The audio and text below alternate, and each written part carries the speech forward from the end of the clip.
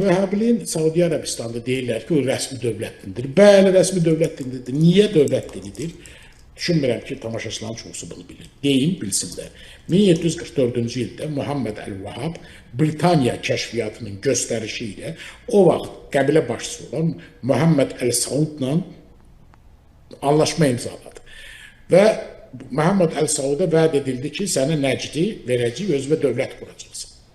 Və salam. Vəhhabilik, Sələfiyyun, bax bu cür Səudiyyə Ərəbistanında İbn Saudun vaxtında rəsmi dövlət dininə çevrildi. Vəhhabilik, Sələfiylik çox təhlükəli təriqətdir, hədsiz dərəcədə təhlükəlidir. Çünki bu təriqətin xaricdəki mərkəzlərin arxasında müxtəlif dövlətlərin kəşfiyyatları dayanır. O kəşfiyyatın əməkdaşları, elə bax siz bəhs etdiniz, Türkiyədə tutulan adama müraciət edən İsrail kəşfiyyatçısının adı, soyadı, saxta adı, soyadı nə idi? Müsəlman adıydı. Və bu kəşfiyyatçılar İslam dinini çox müsəlmandan əla bilir.